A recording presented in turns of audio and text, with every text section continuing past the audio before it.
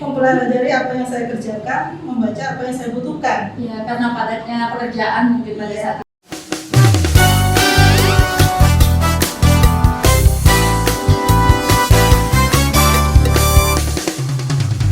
Assalamualaikum warahmatullahi wabarakatuh. Teman pemilih, jumpa lagi di channel Bromo Podcast, ngobrol bareng demokrasi podcast KPU Kabupaten Probolinggo. Teman pemilih, sebagai informasi dalam kegiatan podcast kali ini, kami sudah menerapkan standar protokol kesehatan dan kami juga sudah melakukan vaksinasi COVID-19 sebanyak 2 kali. Maka, untuk kenyamanan bincang kali ini, kami mohon izin untuk sejenak melepaskan masker.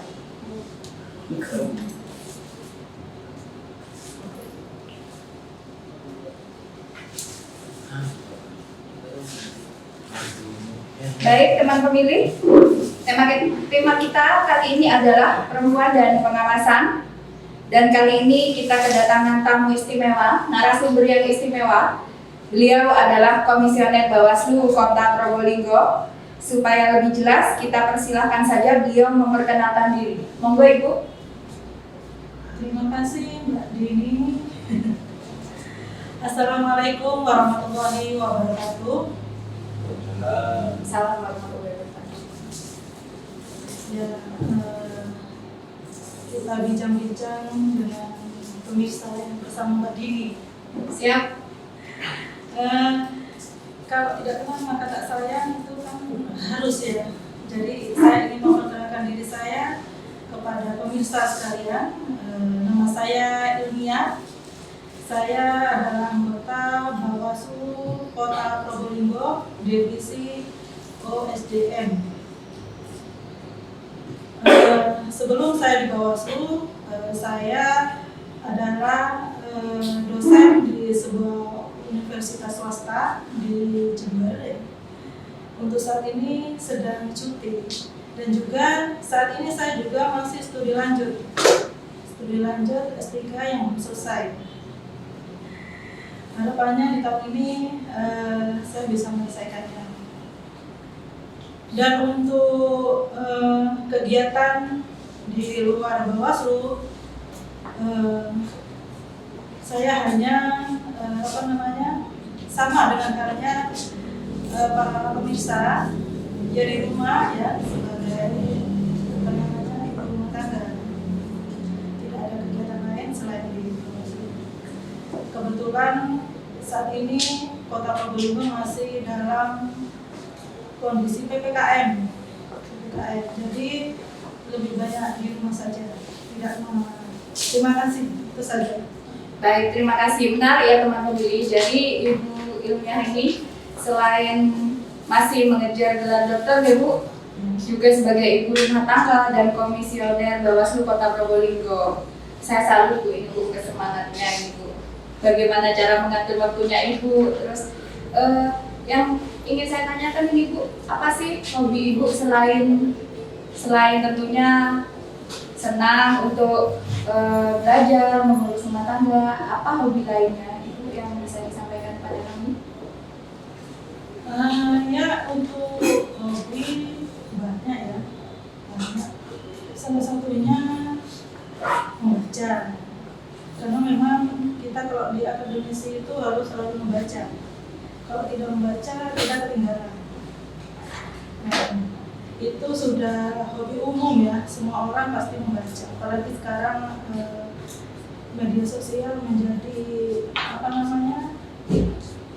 teknologi informasi terdepan. Kita bisa membaca buku lewat HP ya.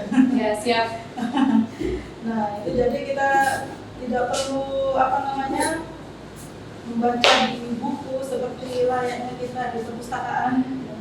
Tapi lewat HP itu kapan saja, di mana saja kita bisa mengakses informasi, terutama pengetahuan dari buku yang sekarang sudah bisa online. Lalu kemudian sama halnya dengan perempuan-perempuan lain, saya juga suka memasak. Gitu. Setiap hari ya memasak. Kemudian kalau memang saya itu punya kecenderungan kalau lagi tetap kalau stres ya, karena memang hidup ini kan tidak selalu enjoy tiap hari. Ya, Ada kalanya betul. kita ada permasalahan yang kita hadapi. Itu saya saya hibur dengan memasak, bukan membaca. Tapi memasak. Dengan memasak kita membuat sesuatu, pikiran kita sudah fresh kembali. Ya, menarik teman pemilih. Nanti mohon izin Bu, apa saya bisa berguru memasak ini Bu? Karena sama-sama ibu rumah tangga. Yang menarik teman pemilih, di sela-sela kegiatan beliau yang super padat banget ini, saya yakin pasti padat. Beliau senang membaca. Apakah itu kebiasaan dari kecil Bu atau seperti apa? Dan kenapa Ibu senang membaca selain untuk agar supaya tidak ketinggalan informasi misalnya? Apakah ada alasan yang mendasar yang lainnya Bu? Ya mungkin karena kebiasaan kita waktu kecil pasti dituntut untuk belajar. Belajar itu pasti membaca. Dari situ, dari kebiasaan itu kan berkembang terus. Kita di sekolah, kita berkompetisi dengan teman-teman satu kelas. Nah, kita kalau mau menjadi yang nomor satu, kita harus belajar. Yang belajar itu pasti membaca. Nah, itu akhirnya terus-menerus. Memang ada kalanya kita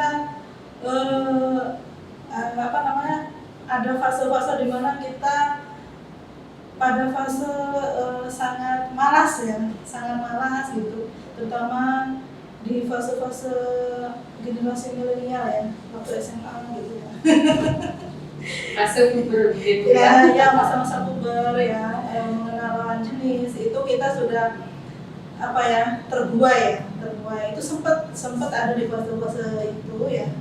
Kemudian kembali lagi tidak pada waktu saya S1 ya, justru pada saat saya studi S2 itu kembali lagi saya harus membaca untuk bisa setara dengan teman satu kelas. Kebetulan memang juga saya dari S1 ke S2 itu lama. Saya lulus S1 itu 2005. Kemudian saya lanjut studi S2 itu 2012. Jadi lama ya, ketinggalannya lama. Di jeda waktu itu saya bekerja sebagai tenaga administrasi, juga sekaligus asisten dosen ya di setiap lembaga pendidikan. Nah, di situ sudah mulai lupa dengan membaca. Saya hanya membaca pekerjaan saya, mempelajari apa yang saya kerjakan, membaca apa yang saya butuhkan. Ya, karena padatnya pekerjaan mungkin pada saat itu ya. Iya. Kan kalau memang di swasta itu tidak konsisten dalam artian kita bisa menerima tanggung jawab lebih. Jadi pekerjaan kita itu ada beberapa tanggung jawab. Jadi waktu kita hanya untuk yang mempelajari dan mengerjakan hal-hal yang sudah rutinitas. Jadi karena memang tuntutan pekerjaan bahwa seorang pengajar itu harus selalu up to date, pengetahuannya harus juga selalu up to date, sehingga pendidikannya pun juga harus ada peningkatan. Nah dari situ mau tidak mau ya harus sekolah lagi gitu ya, Nah di situ karena memang kita sudah nyaman dengan kondisi yang sudah ada, kita harus menyesuaikan diri di mana kalau kita kembali lagi ke bangku kuliah, kita juga harus belajar. Jadi mau tidak mau harus membaca. Di situ. Siap. Untuk pertanyaan selanjutnya ini Ibu, saya ingin bertanya tentang sesuai dengan tema kita tadi, peran perempuan dan pengawasan.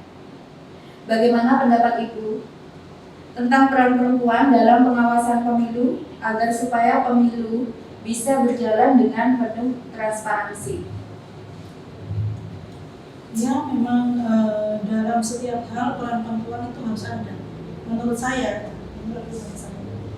Dalam hal semuanya, ya, semua hal perempuan itu harus ada. Seperti di saya sendiri ya, saya mencontohkan tentang diri saya sendiri. Seperti di Bawaslu sendiri, saya masuk Bawaslu karena memang di situ ada undang-undang yang mengatur keterwakilan perempuan 30%. Mungkin saya diuntungkan di situ juga. Karena memang itu adalah juga kompetisi, semua harus bersaing untuk mendapatkan posisi tersebut.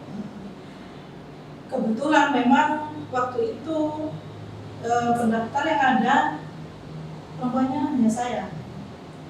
Jadi sudah terwakili gitu kan. 30% ya. Iya. Dan menurut saya kita sudah dibantu dengan undang-undang yang mengatur 30% quota untuk perempuan di segala bidang ya. Jadi sebagai perempuan, sesama perempuan, bagi semua perempuan yang ada, ayo kita manfaatkan ruang itu. Jangan hanya karena kita sebagai seorang ibu rumah tangga punya anak dan mengurus suami, mengurus anak, itu bukan suatu halangan. Pasti bisa gitu ya. Karena yang lain bisa, pasti kita juga bisa. Seperti Mbak Dini sendiri juga bekerja ya. Iya Bu. Walaupun bukan pimpinan tapi kan bekerja. Iya. Nah itu bisa, jadi pasti semua juga bisa menjadi duduk di mana saja, bekerja di mana saja. Tentunya kita juga tidak melangkahi kodrat kita ya. Seperti kalau kita sudah punya suami, kita harus duduk dulu. Walaupun kita mau berkarya, kita harus mengantongi izin dulu ya. Karena itu sudah kodrat perempuan. Yeah. Jadi bagi saya jangan menyerah karena keadaan. Kalau tugas perempuan di rumah itu memang sudah kewajiban ya. Sebagai ibu rumah tangga, mengurus anak, mengurus suami itu sudah kewajiban. Tapi kita juga punya impian ya, pasti punya impian. Saya ingin jadi ini jadi itu, atau kebetulan kita punya keberuntungan ya. Itu ada dua hal menurut saya. Karena memang kita ingin berada di situ, jadi kita berusaha. Atau karena suatu keberuntungan gitu. Kalau bagi saya sendiri itu keberuntungan karena memang keinginan atau impian itu tidak ada saya dulu di Bawaslu, tidak ada. Hanya karena keberuntungan saya berada di sini dan alhamdulillah banyak yang support ya. Gitu. Dan bagi perempuan-perempuan di seluruh Indonesia ya, terutama di kota, kabupaten ya. Khususnya di kabupaten karena memang wilayahnya luas ya. Daerahnya juga banyak daerah pedalaman ya. Ayo mari kita sama-sama berkarya, berkembang. Tidak hanya kita harus bekerja, tapi kalau kita punya kesempatan untuk mendapatkan pendidikan, kita harus semangat ya. Jangan hanya karena kita ibu rumah tangga, usah pun itu tidak penting.